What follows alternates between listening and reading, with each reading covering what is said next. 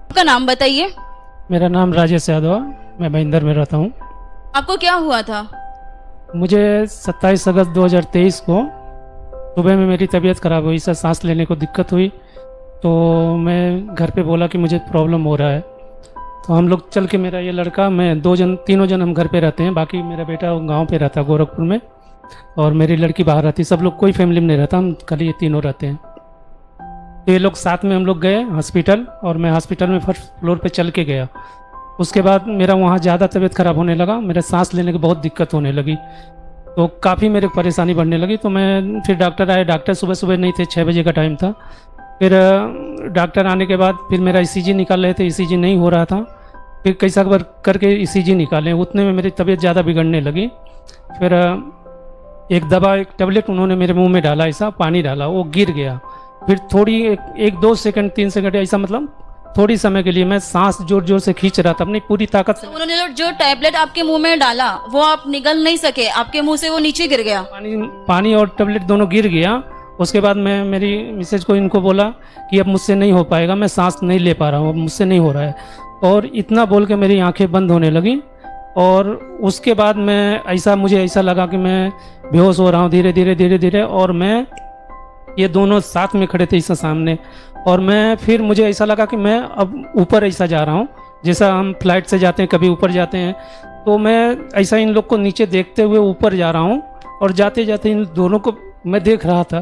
तो ऐसा आपको महसूस हो रहा था, ऐसा आपको दिखाई दे रहा था कि आप ऊपर की ओर बढ़ रहे हैं? ऊपर जा रहा हूँ काफ़ी दूरी तक, मैं जितना, मतलब मैं फ्लाइट से काफ़ी जाता आता हूँ, तो मुझे दिखाई दे रहा था काफ़ी, मतलब मैं कई हज़ारों मीटर के ऊपर चला गया। तो ये लोग मुझे दिखते दिखते छोटे हो गए, फिर मेरे आंखों से ओझल हो गए। उसके बाद का मुझे नहीं मालूम, फिर ये दोनों साथ में थे, क्या हुआ वो मुझे नहीं पता। उसके बाद फिर आगे क्या हो गया? उसके बाद हमारा छोटा वाला लड़का और मैं, हम दोनों, तो लास्ट में बोल रहे हैं कि नहीं बाबू, बाबू छोटे वाले लड़के का हाथ, मेरा हाथ ऐसा उन्होंने पकड़ा दिया कि अभी मेरे से अब नहीं होगा, बस अब हो गया। ऐसा ऐसा कर, जब भी उन्होंने ऐसा बोला तो उसी टाइम इनका वहाँ पे उनका सांस एकदम पूरी तरह से एकदम बंद हो गया थे। अरे मुझे बोल रहे हैं, मेरा हाथ पकड़ के ऐसे खड़े हैं, बोले मीरा मेरे से अब नहीं होगा, मीरा मेरे से नहीं होगा। मैं बोली होगा, रुको। ऐसे से मैं उनको हाथ ऐसे से सोहरा रही, ऐसे से कर रही हूँ, माथे पे ऐसे कर। जब ये आपको, मतलब ऐसा उनके शब्द सुनाई दे रहे थे कि अब मुझे श्वास लेने के लिए नहीं होगा, उस समय पर फिर आप उनके हाथ को सहला रहे थे, फिर आगे? फिर डॉक्टरों ने, उन्होंने, डॉक्टर, हार्ट का डॉक्टर नहीं थे, वो डॉक्टर बाहर से बुलाए सीपीआर के लिए। फिर ये तो पूरा शरीर में कुछ हलचल नहीं हो रहा था। फिर डॉक्टर है, फिर तभी मेरा वो छोटा वाला लड़का था, मुझे वो रूम से मुझे बाहर निकाल दिया। फिर वो लोगों ने सीपीआर दे रहे थे पूरा इनके ऊपर, बॉडी के ऊपर बैठ करके पूरा जोर जोर से दे रहे थे। तभी डॉक्टर ने बोले कि नहीं, अभी हम लोग से ये सब नहीं हो पाएगा, अभी हमारे हाथ में कुछ नहीं है, केस है, अब ये दूसरी जगह लेके जाना पड़ेगा। तभी इनका एक दोस्त है जिनके साथ में काम करते हैं, उनको हमने फ़ोन करके बताया, तो बोले ऐसा करो कि आप लोग लाइफ लाइन में आ जाओ। तो हम लोग फटाफट, तब हम लोग तैयारी किए लाइफ लाइन जाने के लिए। वहाँ पे उन्होंने रिपोर्ट बनाया फटाफट। तो हम लोग जब लाइफ लाइन जाने लगे, सब कागज़ पत्तर सब बन गया, और इतनी, मतलब रोड पे इतनी गर्दी थी, हम लोग अंदर से यही हो रहा था कि कैसे लेके जाएंगे। एक तो केस पूरी तरह से हमारे बिगड़ चुका है।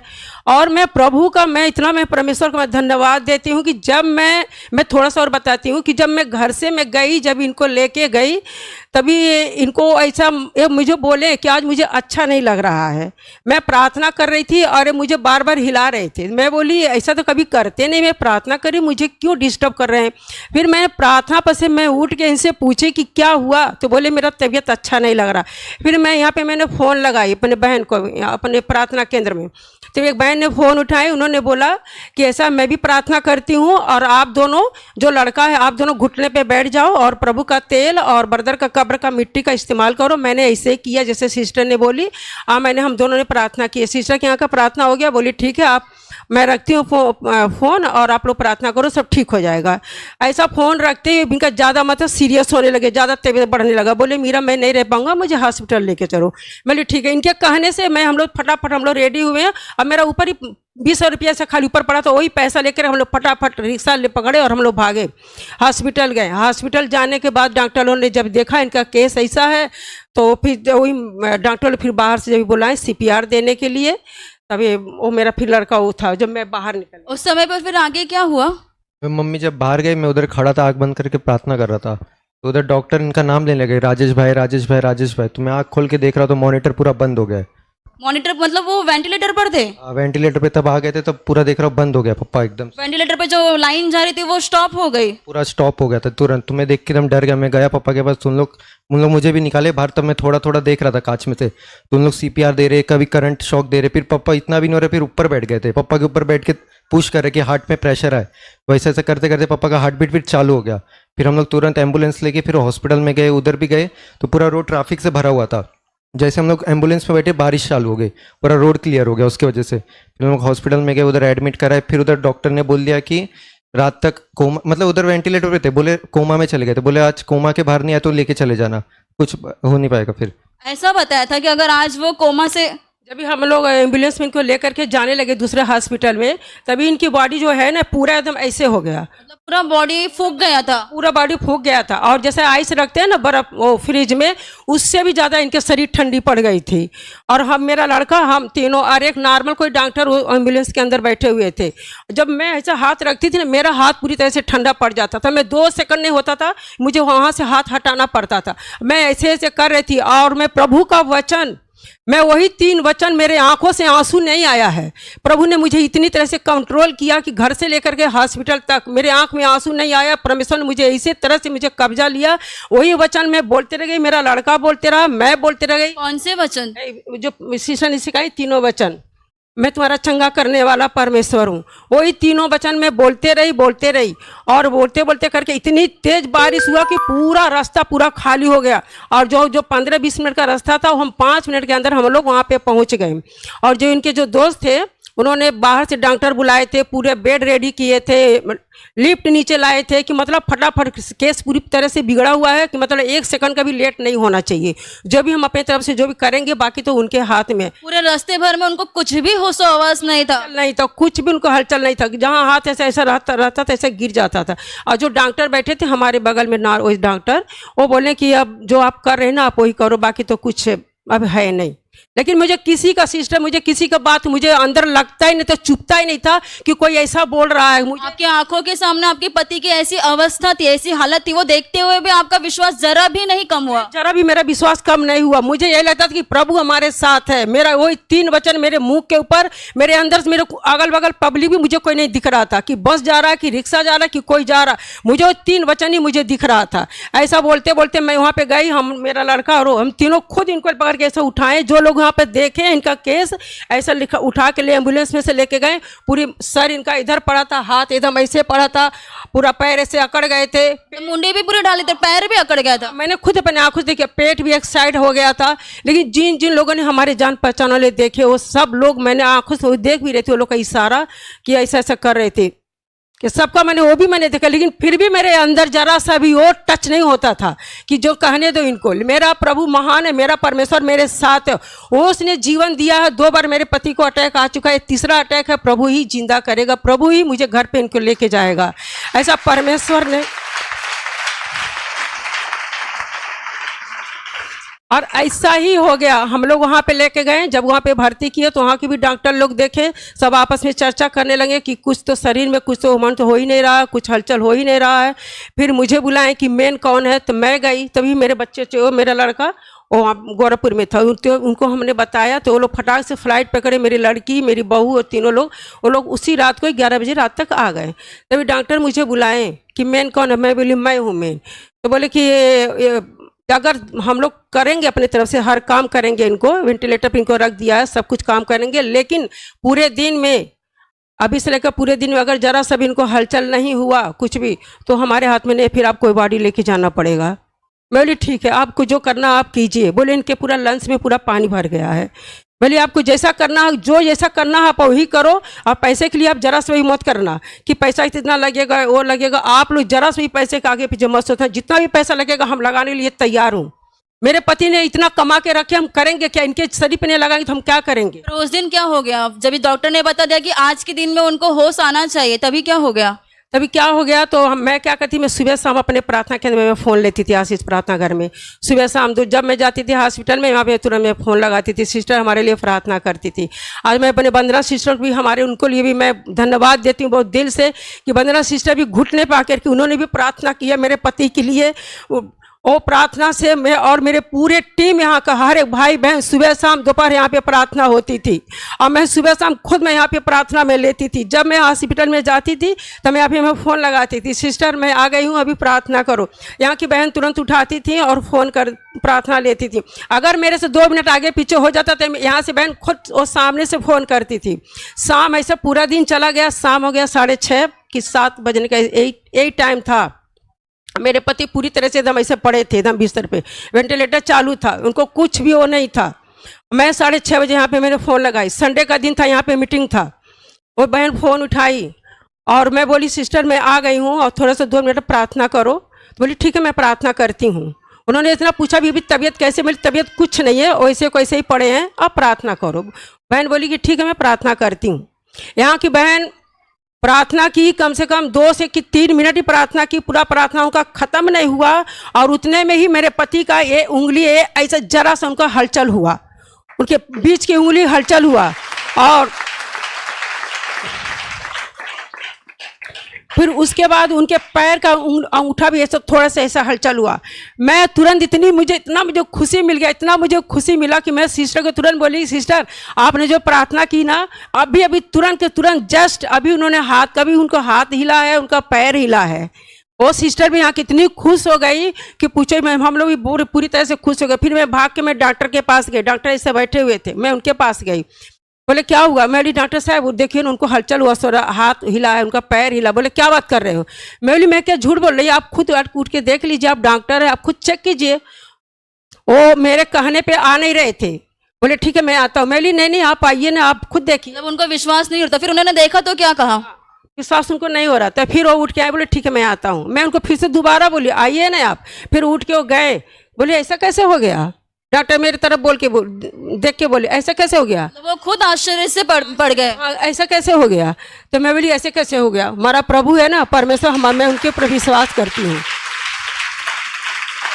भाई साहब उस समय पर आप यहाँ पर नहीं थे, लेकिन आपको जब फोन गया पता चला? नहीं एक्चुअल में गांव में था मैं, तो सुबह मेरे भाई ने मुझे बताया कि ऐसा ऐसा पापा को हो गया। तो तभी तक हम सुबह तक नॉर्मल थे कि ज़्यादा कुछ नहीं हुआ होगा। जैसे जैसे 11-12 बजते गया तो मेरे दोस्त जो भी फैमिली मेम्बर यहाँ पे थे उन्होंने बोला कि डैडी का पूरा मतलब ऑक्सीजन लेवल 100% ख़त्म, पूरा 100% वेंटिलेटर पे थे। तो उस टाइम सिनेरियो ऐसा हो गया था कि सब लोग बोलने लगे कि शायद मतलब बचेंगे ही नहीं, पूरा खत्म हो गया। मतलब उस टाइम मेरे दोस्त ने फ़ोन करके ये भी डिक्लेयर कर दिया, मेरे चाचा भी थे यहाँ पे, कि पापा मतलब सांस खत्म ही हो गई है, लाइन वाइन सब पूरा क्लियर हो गया है। डॉक्टर लोग भी जो आपस में मम्मी और भाई से नहीं बात कर रहे थे, पर जो हमारे बाकी रिश्तेदार से कह रहे थे कि ख़त्म ही हो गया मतलब। और जब मुझे फ़ोन किया तो मैं वहाँ से ये तैयारी से आया कि मुझे मेरी बॉडी को, पापा को अब गाँव में बॉडी लेके जाना है। आप उस सोच में यहाँ पर आ रहे थे कि अभी बॉडी को लेके जाना पड़ेगा गाँव में? तो मुझे लोगों ने बोला कि खत्म हो गया रितेश, क्या करना है, कैसे, मतलब हमारी ये तैयारी हो रही थी कि फ्लाइट बुक करना है, बॉडी कैसे लेके जाना है। मतलब 5 बजे तो मम्मी को 5-6 बजे होश आया, उसके दोपहर की बात है, 11-12 बजे तक हम लोग पैसे के अरेंजमेंट में लगे थे कि पापा का सब पैसा इधर पड़ा था, मैं वहाँ अकेला था। तो मेरे उस दिन खाते में सिर्फ 100 या 200 रुपये था मेरे अकाउंट में। बात वहाँ जो भी मैंने तैयारी किया 4.5-5 लाख रुपये उसी दिन मैंने तैयारी में पैसा भी आ गया। और मैं यहाँ फ़ोन करके मैं फ्लाइट बुक कर रहा था कि बॉडी मुझे लेके आना है। मतलब तो अब इतना सब कुछ हो गया था कि आपने तैयारी कर ली थी कि अभी पापा नहीं रहेंगे। मतलब मैं बॉडी लेने की तैयारी से आ रहा था। जैसे शाम को मैं फ्लाइट पकड़, आपके पापा मतलब वेंटिलेटर पर गए थे, कुछ भी मतलब 100, आप बता रहे 100% वो उनका ऑक्सीजन पूरी तरह से बंद हो गया था। डॉक्टर ने खुद मेरे पर्सनल रिकमेंड बात किया, मैंने डॉक्टर ने बोला इस हॉस्पिटल का पहला केस है जो 100% बॉडी पूरी 0 ऑक्सीजन पे जो रिकवर आज हुई है, मतलब पहली बार का, मतलब ये हमारे इधर का केस है। एंड जो डॉक्टर ने देखा, जो डॉक्टर विजिट किए, वो उनके भी लाइफ का ये पहला केस है कि जो आदमी पूरा डेड लाइन पे आने के बाद ऑक्सीजन खत्म होने पे, 3rd अटैक पे, जिसका मतलब आपको फोटो दिखा देता हूं मैं, कुछ फोटोज है मेरे पास। एक ये फोटो है, ये पापा की वेंटिलेटर से उड़ रहे तब की फोटो है, दिखाइए लोगों को सामने। वेंटिलेटर की फोटो है पापा की, ये वेंटिलेटर की फोटो है। और दूसरी ये हार्ट रिपोर्ट की फोटो है जिसमें 100% हार्ट पूरा खत्म हो गया था, मतलब जिसके अंदर हार्ट 100% पूरा ब्लॉक और पूरा खत्म हो चुका था। उसके बाद सेकेंड डे जब रिकवर हुए, उसके बाद रिकवरी का फोटो ये, मतलब कि अब जिस समय उनके ऊपर फोन पर प्रार्थना हो गई, थोड़ी सी उनके हाथ के पैर की हलचल हो गई, तो दूसरे दिन की ये फोटो है। दूसरे दिन मतलब बॉडी पूरा नॉर्मल होके सब ऑक्सीजन वेंटिलेटर दूसरे दिन में ही उनकी बॉडी नॉर्मल हो गई थी। हो गई थी, मतलब बॉडी ऑलमोस्ट 30 मतलब 70-80% ऑक्सीजन रिकवर कर ली थी मतलब। एंड शाम को ही जब हम पहुंचे थे तो मतलब डॉक्टर ने एक खूब बोलते हैं ना कि जब पैर हिला उसके बाद में पता नहीं बहुत बड़े बड़े इंजेक्शन थे जो हार्ट में डायरेक्टली मारा गया, उसके बाद से सब चीज़ें कवर होने लग गई मतलब। उसके बाद से वो धीरे धीरे धीरे पूरी तरह से ठीक होते गए। आपको उसके बाद का कुछ याद है, मतलब आपकी जब मुझे वो खाली लास्ट जो मुझे टैबलेट मेरे मुंह से गिरा था वहाँ, फिर मैं मंगलवार को जब मुझे याद आया, होश आई, तो ये मेरे सामने खड़ी थी। तो इनको मैं पूछा, मैं बहुत दिन के बाद आ रहा हूँ, कुछ ऐसा मुझे काफ़ी गैप लगा। उस टैबलेट जो मुंह से गिरा था मेरे, वो सीन याद रही। और उसके बाद जब मैं रिटर्न मुझे होश आया तो मुझे बहुत काफ़ी गैप लगा। तो इन्होंने बोला आज मंगलवार है और कुछ 3 दिन हुआ था जब भी, नहीं तो मुझे ऐसा लगता था मैं सालों बाद आ रहा हूँ। आपको मतलब ऐसा कुछ क्या दिखाई दिया आप जब भी उस समय बिस्तर के ऊपर हॉस्पिटल में थे तभी? नहीं, बिस्तर में हॉस्पिटल पे नहीं, और वो पहला मुझे वो दिखाई दिया मैं जब मेरी सांस रुक रही थी तो। और लास्ट में शनिवार के दिन मेरा एंजियोग्राफी हो रहा था, तो मुझे प्रभु के लास्ट जो बलिदान का तस्वीर फोटो है, खून से लथपथ मेरा हार्ट का एंजियोग्राफी हो रहा था, उस समय वो मुझे दिखाई दे रहा था। मेरा 2011 में एंजियोग्राफी हुआ था, उसमें भी डॉक्टर बोल रहे थे ब्लॉकेज है आपको, तो उस समय मेरा रिपोर्ट नॉर्मल आया था। और मैं वही प्रेयर कर रहा था कि ब्रदर करते थे कि जिसको एक बार चंगाई मिलती वापस नहीं होता, तो मैं ये विश्वास था कि मेरा हार्ट ब्लॉकेज नहीं होगा। तो उन्होंने ब्लॉकेज तो बताया मुझे 4, लेकिन ऑपरेशन करने बोले, मैं ऑपरेशन नहीं किया और मैं पूरी तरह से नॉर्मल हूँ। और मुझे बोले चलना नहीं है, सीढ़ी नहीं चढ़ना, मेरा कंस्ट्रक्शन का काम है। मैं अभी ये 3 दिन पहले करीब 8 महले में चढ़ के गया और नीचे उतरा। 3 दिन पहले आप 8 मंजिला ऊपर चढ़ करके नीचे आए, जबकि आपको सीढ़ियाँ चढ़ने के लिए मना किया था। नहीं, कोई प्रॉब्लम नहीं होता, मैं नॉर्मल रहता हूँ, लेकिन डॉक्टर बार बार ये बोलते थे कि आपको ब्लॉकेज है, आपको ऑपरेशन करना पड़ेगा। लेकिन मेरा ये विश्वास था कि मेरा नॉर्मल आया है, और ब्रदर ये बताते थे कि एक बार जिसको चंगाई मिलती वापस वो बीमारी नहीं होती। तो ये विश्वास मेरा मजबूत था कि मुझे वापस हार्ट की प्रॉब्लम नहीं होगी। अभी आप पूरी तरह से भले चंगे हैं। जी जी। अभी आपको दिल की कोई तकलीफ नहीं, शरीर में कोई तकलीफ दिक्कत नहीं है। नहीं नहीं। आप लोगों को यहाँ से सीढ़ियाँ उतर कर चढ़कर बताइए।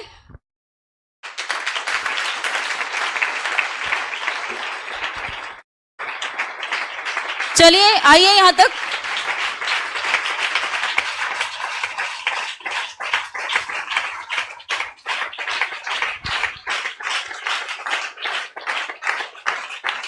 ऊपर आ जाइए।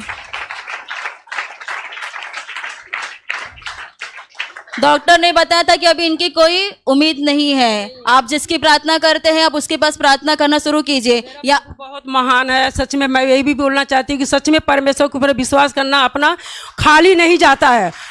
जैसे कि प्रभु का वचन कहता है कि अगर एक कटोरी ठंडा पानी भी पिलाओगे तो कहीं तुम्हारा जाएगा नहीं, परमेश्वर हमारे लिए प्रतिफल देता है। जब इनको 3 दिन के बाद इनको होश आ गया, तभी मैं वहाँ पे खड़ी थी, तभी 3 दिन के बाद अच्छे से पहचानने लगे कि ये मेरे बच्चे हैं, मेरे ये हैं। तभी ये मुझे बोले कि मीरा मैं बहुत दिन के बाद में आया हूँ। ऐसा उनका वो शब्द सुन करके मुझे बहुत वो लगा कि मैं बोली कहाँ पे गए थे, तो बोले मुझे वो पता नहीं, लेकिन मैं बहुत दिन के बाद तुम लोग से मैं मिल रहा हूँ। के बाद एक ही सप्ताह में वो घर आ गए। एक संडे को गए और दूसरे संडे को घर पे आ गए। पूरी तरह से परमेश्वर ने हमारे पति को जीवन दिया है, नया जीवन देके प्रभु ने उन्हें आशीषित किया है। सच में परमेश्वर ने हमारे पूरे परिवार को आशीषित किया। मैं परमेश्वर का बहुत बहुत दिल से धन्यवाद देती हूँ। और अपने वंदना सिस्टर के लिए मैं धन्यवाद देती हूँ। बहन हमारे लिए घुटने पे आके मेरे पति के लिए प्रार्थना की है, और सारी भाई बहनों की दुआ हमारे पति को लगा है। इसलिए मैं महान प्रभु को धन्यवाद देती हूँ। प्रभु ने इनके पति को बचाया है, नया जीवन दिया है। आप लोग जोर से तालियां बजाकर प्रभु यीशु को धन्यवाद दीजिए।